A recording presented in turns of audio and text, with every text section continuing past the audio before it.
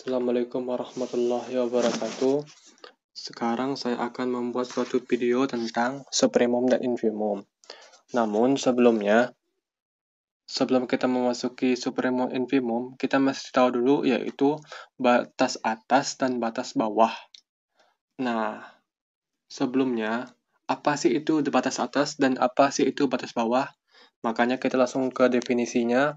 Definisinya yaitu misalkan A subset atau sama dari R dikatakan batas atas itu nomor satunya. Jika U dikatakan batas atas dari A, maka A-nya kecil sama dari U untuk setiap A elemen A. Bedanya dengan batas bawah, kalau V elemen R dikatakan batas bawah dari A, maka kalau yang tadi kan kecil sama, berarti ini besar sama dari A. Nah, maka mungkin lebih mudahnya kita lakukan dengan contoh soal ya. Kita tentukan batas atas dan batas bawah dari, nih, ada 6 buah contoh. Yang pertama, himpunan selang tutup, yang kedua selang buka, yang satu ya tidak terbatas di bawah, yang kedua tidak terbatas di atas, ada gabungan, ada juga fungsi yang seperti deret atau barisan. Ya, langsung saja kita masuki ke contoh yang pertama. Untuk lebih mudahnya, kan tadi kan soalnya seperti ini nih. Dua buah selang tutup dari 1 sampai 2. Kalau grafiknya seperti ini, mungkin kita bisa membuat garis bilangannya seperti ini.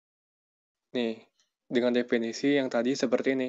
Jika U elemen dari R dikatakan batas atas, ya bisa dibaca sendiri lah definisi tadi, maka kita dapat batas atasnya U-nya di mana? U-nya ya di sebelah kanan dari 2. Sedangkan kalau batas bawahnya sebelah kiri dari 1 dong. Nih, seperti ini dong. Nah, maka kita dapat peroleh nilai U-nya besar sama dari 2. Kenapa 2 boleh kita masukin? Karena jelas 2 itu lebih besar atau sama kan dari himpunan dari A gitu. Jelas dong kalau yang V-nya ya bisa kalian lihat sendiri, V-nya kecil sama dari 1.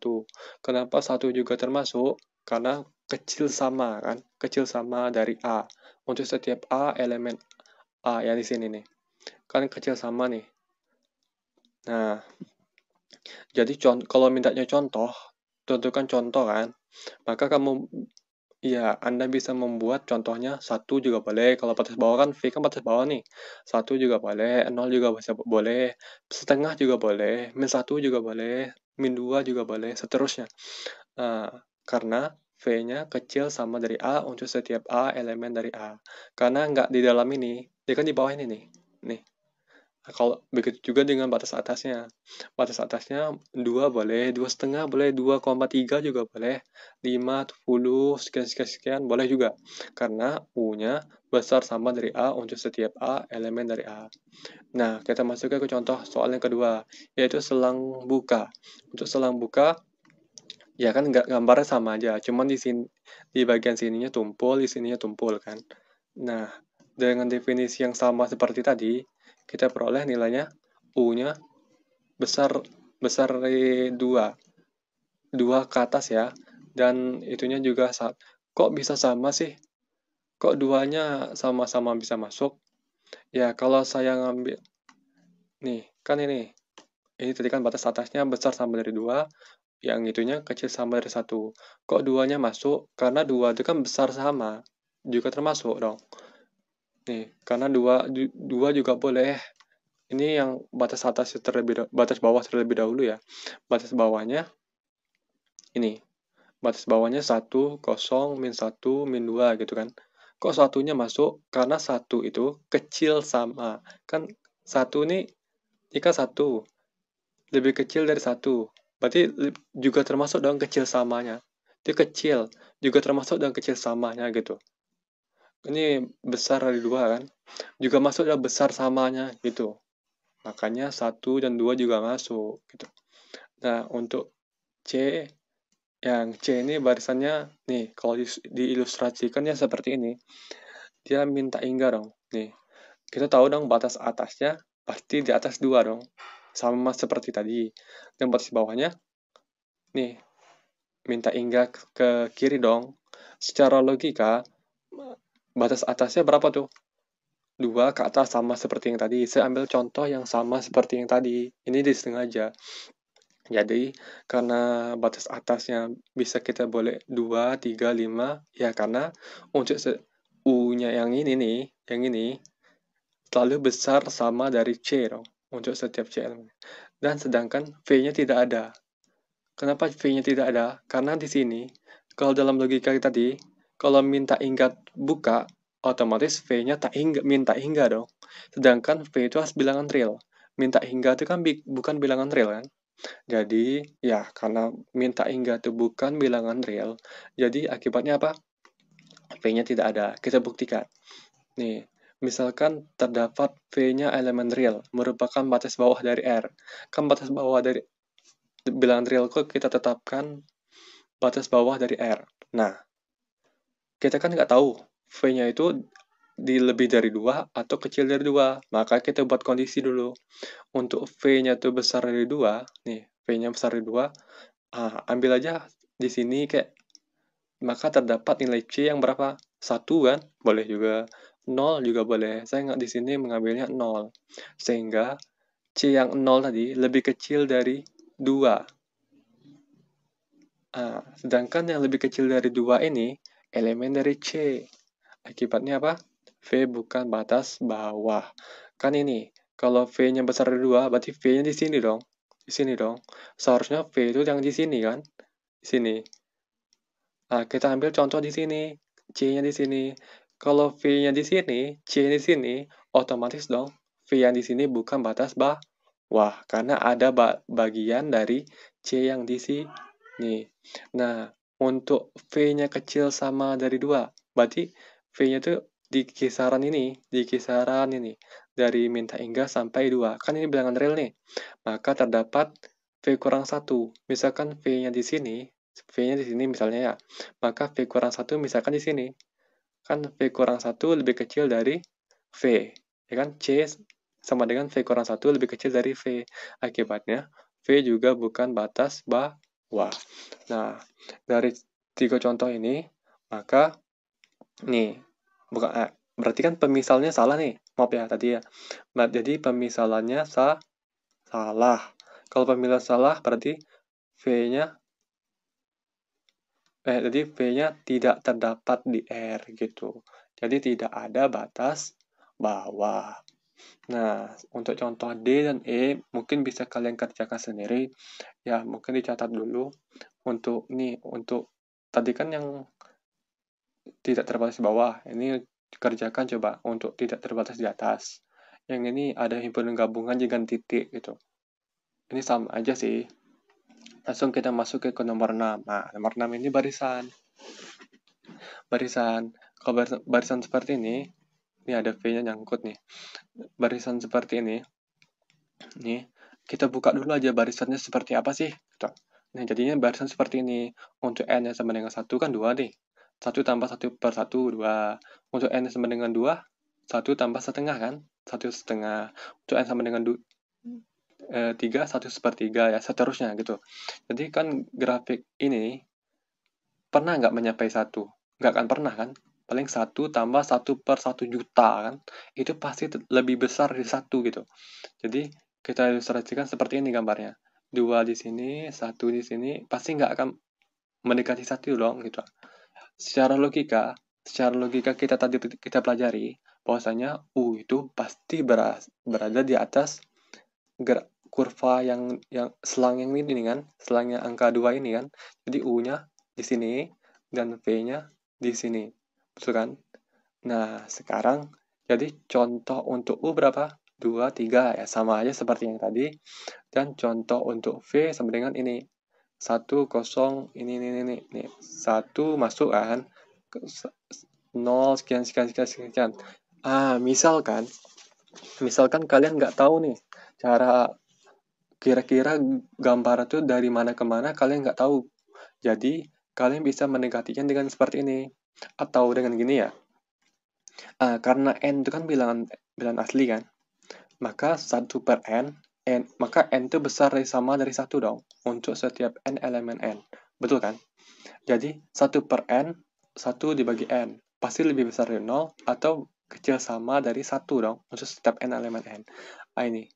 Karena 1 per tak hingga kan besar juga dari 0, gitu. Nih, jadi akibatnya apa? 1 sama-sama ditambahin 1. 1 kecil sama 1 tambah 1 per n kan. Kecil sama dari 2. Ini 1 tambah 1 per n ini. Nih, lihat ini. Ini kan sama dengan f nih. Nih kan? Nih sama dengan f kan. Jadi 1 kecil sama dari kecil dari f, kecil sama dari 2. Untuk f elemen f. Kalau dari sini, ini kan berarti jelas dong berlaku grafik yang tadi. Nah, ini nih. Nih, kalau grafik ini kalian sudah dapat, kalian bisa menentukan U-nya yang kayak tadi, V-nya kayak tadi.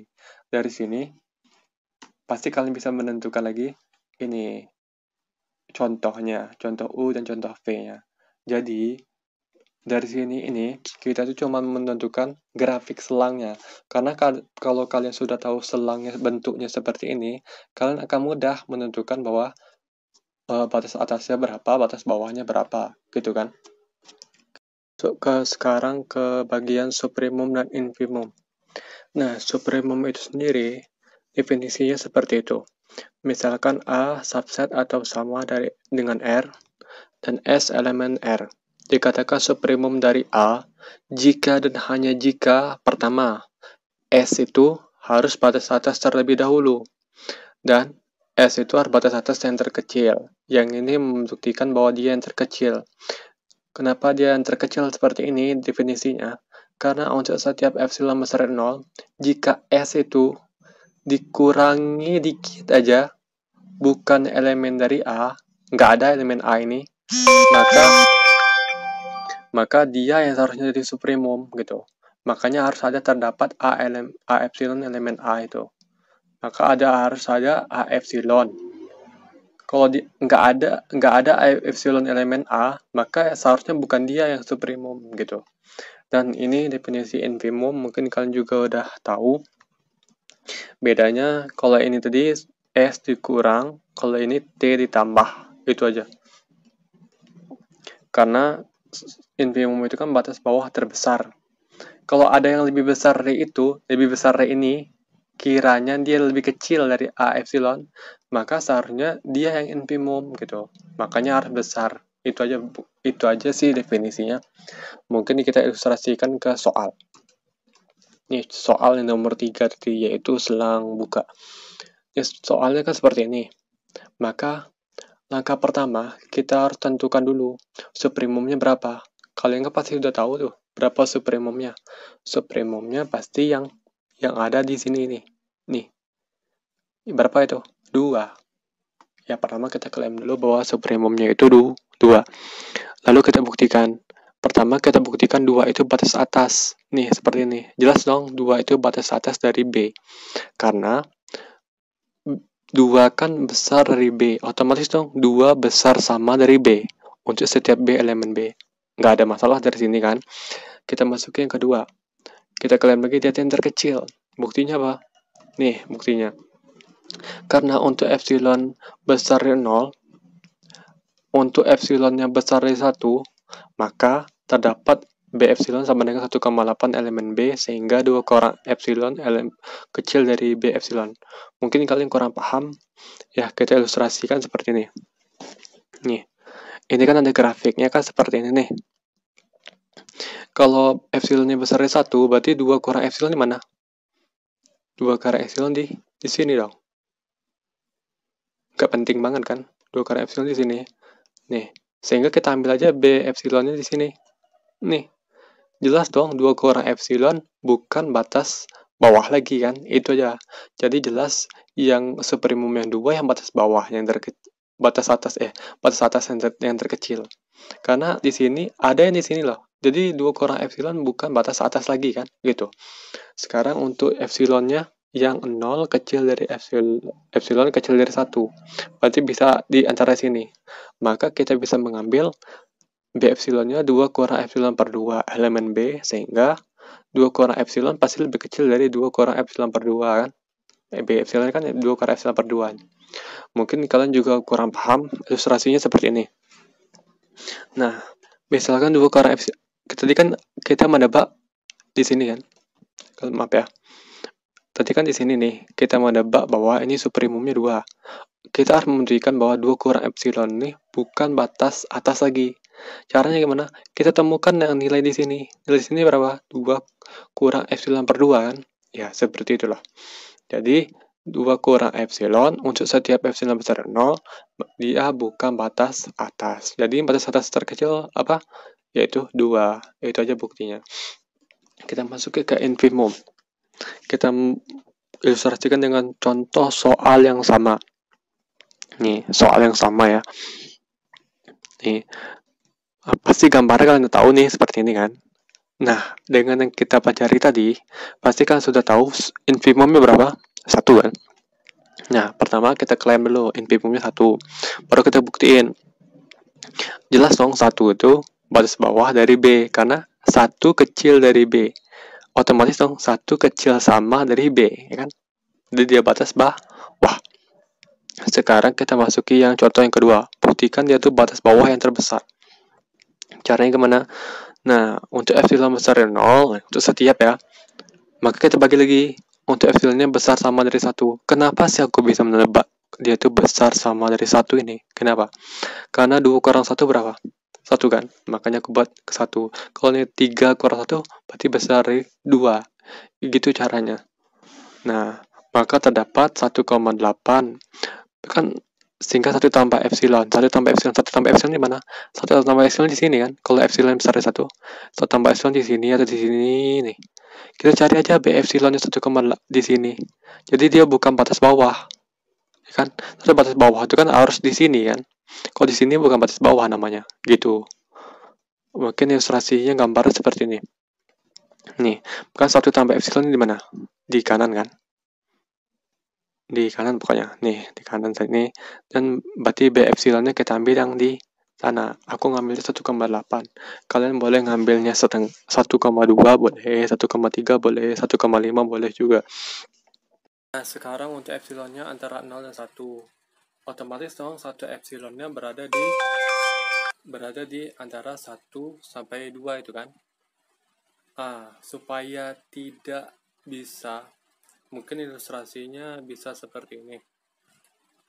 Supaya tidak 1 tambah epsilon itu bukan batas bawah, maka kita cari yang lebih kecil dari itu, tapi dia termasuk elemen B, dia adalah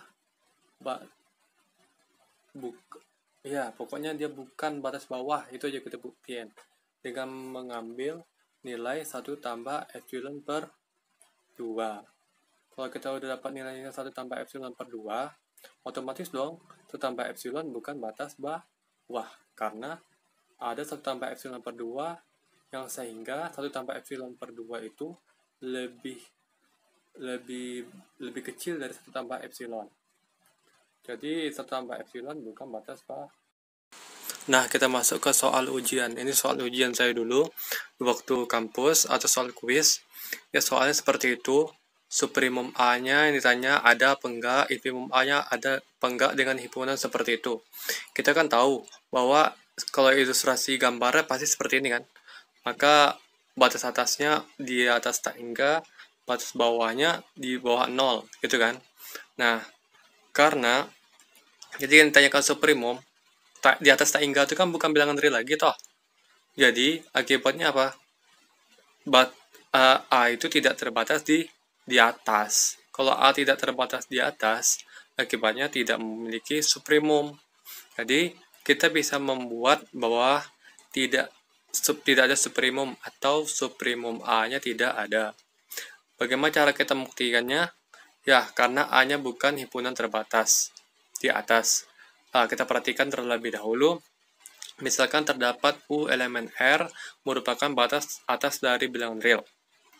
Nah, kita kan nggak tahu batas atas U-nya itu di mana. Bisa dikecil dari 0 atau besar dari 0. Nah, untuk U-nya kecil sama dari 0, maka kita bisa mengambil nilai A-nya sama dengan 2, sehingga nilai A itu lebih besar dari U. Kalau A lebih besar dari U, akibatnya apa? U bukan batas atas dari A lagi kan. Untuk U-nya besar dari 0. Ya, kita bisa tinggal memilih nilai A-nya, yaitu U ditambah bentar, U ditambah 2 atau U tambah 1, U tambah setengah boleh juga, sehingga A-nya besar dari U. Kalau A-nya besar dari U, akibatnya apa? Akibatnya U bukan batas atas dari A. Mestilah U bukan batas atas dari A. Ini mungkin nggak susah karena kita udah mencontohkan di pernyataan yang sebelumnya. Ya, seperti itu. Ya, kalau A bukan batas, tidak, ya, bisa lah. Itulah kesimpulannya seperti ini lah. Mungkin bisa ditulis seperti itu. Nah, sekarang kita masuk ke soal yang infimumnya. Apakah infimumnya ada? Kalau ilustrasi tadi seperti ini nih. Jelas dong infimumnya ada karena dia terbatas bawah. Jelas dong infimumnya pasti A, 0. Kita buktikan. Pertama kita buktikan bahwa 0 itu batas bawah dulu. Jelas dong 0 itu batas bawah. Karena A-nya kecil dari 0. Otomatis dong A-nya kecil sama dari 0. Maka 0 batas bawah dari A itu sendiri. Kita masuk ke nomor 2. Kita klaim lagi 0 itu batas bawah yang terbesar. Karena apa? Karena untuk setiap epsilon besar dari 0, maka terdapat 0 tambah epsilon per 2 elemen dari A, sehingga 0 tambah epsilon itu bukan lagi batas bawah. Maka 0 tambah epsilon kan lebih besar dari A epsilon. Kalau lebih besar dari A epsilon bukan batas bawah dong. Gitu. Bukan batas bawah lagi. Mungkin perlu kita buat gambar untuk menjelaskannya lagi. Mungkin gambarnya seperti ini. Nih, 0 kan seperti itu tuh. Kalau 0 tambah epsilon di mana? Di sini kan. Anggap aja gimana caranya supaya 0 tambah epsilon itu bukan batas bawah lagi. Ya tinggal ambil aja 0 tambah epsilon per 2 elemen A. Gitu caranya. Jadi 0 tambah epsilon bukan batas bawah lagi gitu. Jadi mestinya batas bawah yang terbesar adalah ya 0. Terima kasih telah menonton.